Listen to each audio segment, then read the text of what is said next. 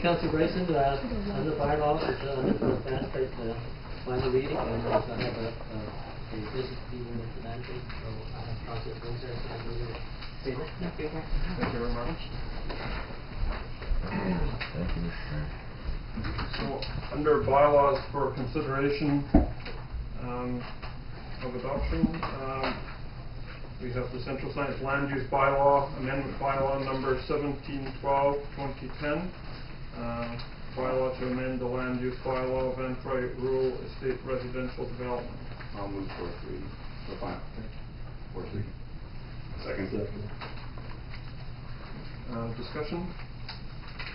Councilor Olsen.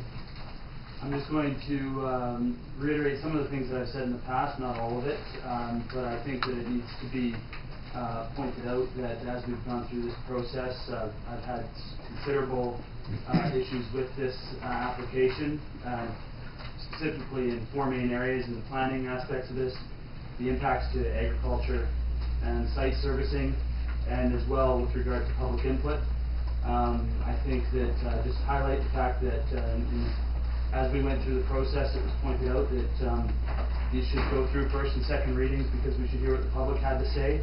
I think at the last opportunity I highlighted what the public did say, and this process proceeded. And at this point I cannot support final adoption of this. I think that it's going to have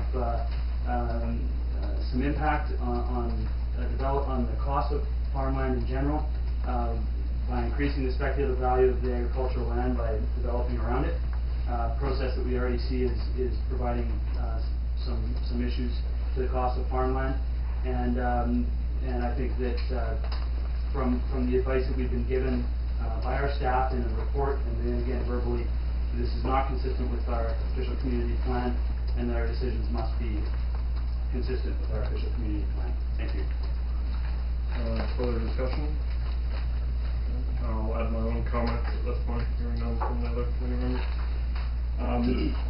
The district planning staff and the administrator have advised council that in their professional opinion the proposal is not consistent with the district's official community plan. Under provincial legislation, council may only adopt bylaws which are consistent with the official community plan, and as such I will not be supporting fourth reading of these bylaws. Councilor Mason. I will be supporting these bylaws. I have always said that I support farming, I support agriculture in Central Saanich, and I feel that this is supporting agriculture and farming in Central Saanich. Councilor Kubek. Yes, and I'll be supporting it. I believe that this protects farmland more than the rhetoric or the words that have been expressed, and I believe that by having the subdivision or the area that is located on non-ALR land, it doesn't do what some council members are talking about in terms of farmland that's up on rock. And I believe that when we look 10, 20, 30 years down the road and we see two large pieces of 200+ acres that have a covenant that can allow no further subdivision, instead of seeing a bunch of small farms, we're going to see large agricultural land protected for the future, and that people looking back on it will be glad that we made that decision. Any further discussion? Okay, hearing none, I'll call the question. All in favor of the motion? Opposed? Motion carried. Second? Second. All in favor? Opposed? Thank you. Thank you very much.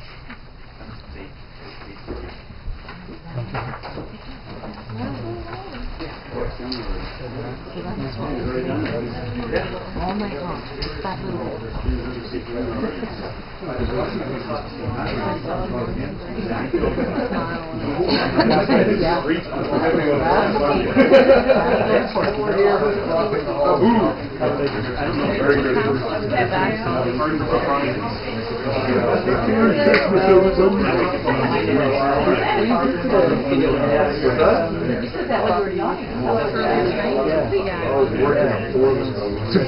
I know, actually, I saw you in the certain Oh yeah, that's right, I wasn't there.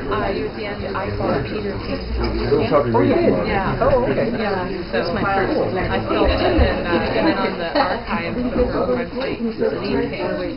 And one of the great things about it is able to see the archives, and that's another newspaper is in the newspaper clipping. Oh, the provincial archives, you mean? No, in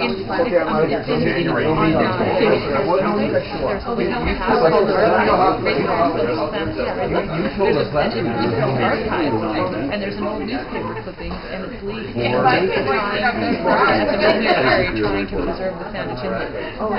Yeah, and so it was so funny to see Peter